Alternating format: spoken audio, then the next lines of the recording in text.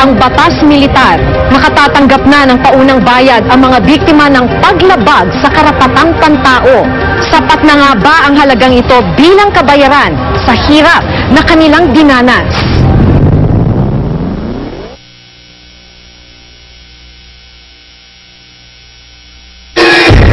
Dinakip at ikinulong, pilit pinaamin sa akusasyong rebelyon, ilang beses umanong binugbog at pinahirapan sa loob ng kulungan. Ito ang mapait na karanasan ni Ronaldo noong panahon ng martial law. Kasama ko lang sa kaso, di ba?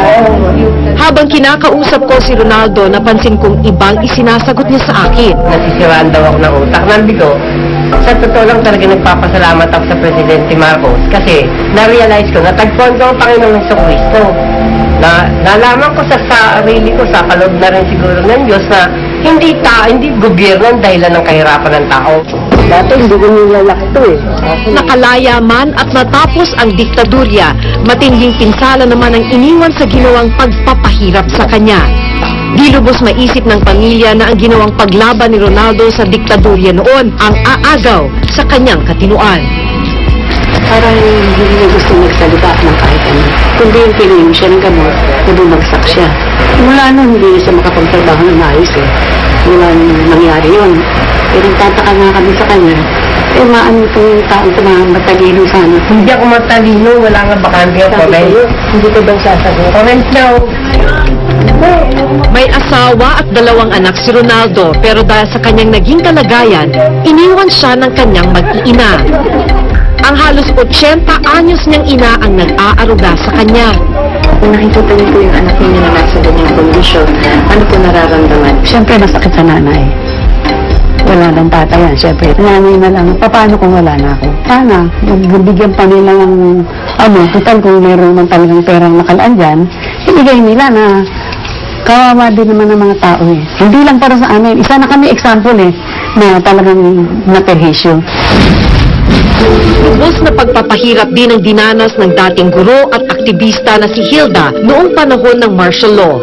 Dahil sa pagtuligsa sa rehimeng Marcos, siya ay dinakip at nakulong din ng 6 na buwan. Ako, I was alone being drugged out patungo doon sa safe house where the militaries are safe.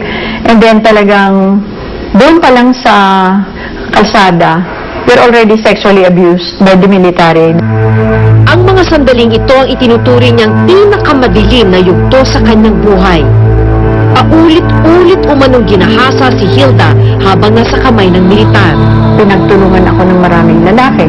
So, nakapiring ka pa rin, nakagapos ang kamay mo, di mo alam kung sino mga yon.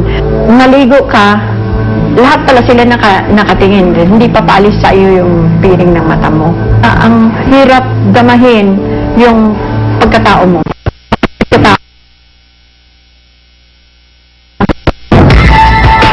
Kabilang sina Hilda at Ronaldo sa mahigit 7,000 biktima ng paglabag sa karapatang pantao noong martial law. Sa paghahangad ng hustisya, nagsampa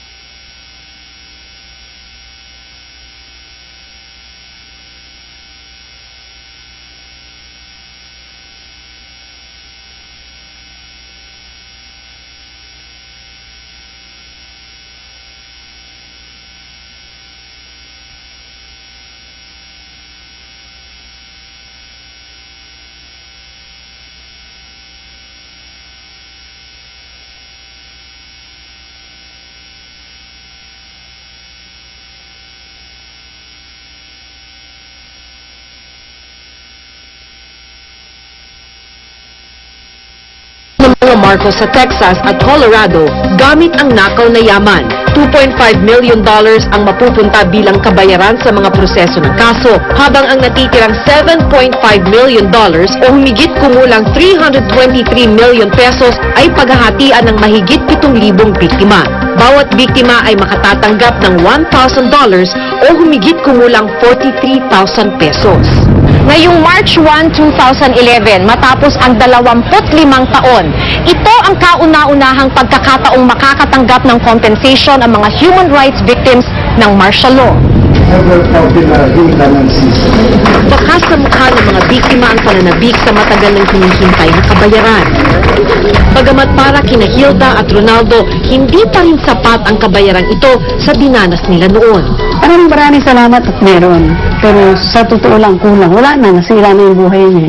No matter how big the money is, no matter how small the money is, it can never compensate the damage done to us. It can never surface the dead. It can never surface the disappeared. It can never ease away all the pains that we have undergone. Kung tutuusin, barya lamang ang natanggap ng mga biktima sa iba pa sanang naibigay sa kanila.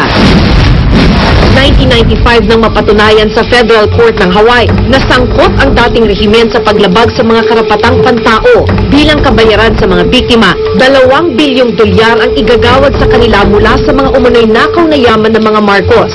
Pero hindi pa nababawi ang kabuang halagang ito.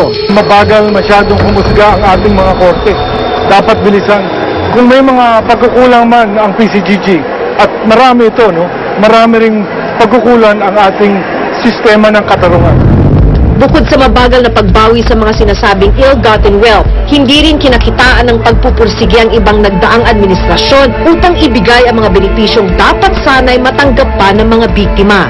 So it's only under President Noynoy, for the first time, the PCGG did not question itong napanalunan namin.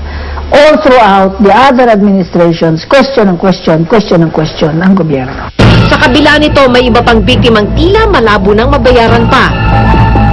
Mahigit 6 na taon ang binuno ni Tatay Pablo sa loob ng kulungan noong martial law. Pinuno siya ng samahan ng mga kabataan noon at napagbintangang nagtatago ng armas ng militar. Yun yung umpisa ng bugbugin. Tapos yung mga namalayan ko lang, dami na patok na yung tenga ko. Nanon ako, nanid na sa akin. Nangitim ng buno ako. Sa galit niya, parang may fly siya. Ganun yung ipin. Hanggang nabunit yung siya. Piniring mata ko. Pinapasa ko sa isang nicho. Talagang nararamdam ko. Kinakagat na ako ng mga nauudod. Umaga, binuksan rin yung kinuryente na ako nun. Pinalakas na sabay kuryente naman. Namatay ang kanyang asawa habang siya'y nakakulong at hindi na rin niya nakita ang mga anak. Mag-isa ngayon sa buhay at nagsisilbing volunteer sa bantayog ng mga bayani, umaasa sa mga mag-aabot ng tulong sa kanya. Bilang biktima, makatatanggap sana si Tatay Pablo ng kabayaran, pero sa orihinal na mahigit 9,000 biktima, mahigit 2,000 ang tinanggal kabilang si Tatay Pablo. Nung una, bagal-bagal nga. Kaya kami nakiusap na kung hindi kayo mag-a-apply, sasabihin ni Marcos, pagtatawanan lang tayo. Wala namang naghahabol sa amin. So finally, nakakonvince kami ng mga close to 10,000. Doon, hindi naman basta nag-apply ka, approve ka agad. Nagpadala rito ng marami mga tinatawag na assessors, in-examine yan. Then they made the recommendations to the judge. And about 2,000, I think, knocked off. Nakaligtaan ko na mayroon palang panawagan 1990 na hindi lang ako binigyan ng notisya. Umaasa pa rin si Tatay Pablo na mabibigyang hustisya ang naranasang pang-aabuso noon. Sinasabi ng 3 months, hindi ako kasali na naman. So, ano ba ito sabi ko? Kaya ba talagang kapalaran ko? Asan ang hustisya? Natanggap ko sa kanila, wala. Ang mga tulad niya, maaari sanang mabigyan pa ng kompensasyon kung maipasa ang isang panukalang batas. Ang Human Rights Compensation Bill simula pa noong 1998, makailang beses nang inihain ang panukalang ito na naglalayong bahagian ng mga biktima ng human rights violations. Pero hanggang ngayon, nananatili itong nakabinbin. Yung hundreds of millions of dollars na nakuha from Switzerland, ibinigay lahat trust fund for land reform. We want to get enough from that fund para mabigyan naman ng something substantial. That money will only mean that the Marcoses are accepting their guilt. That is it. And that's the total victory for us.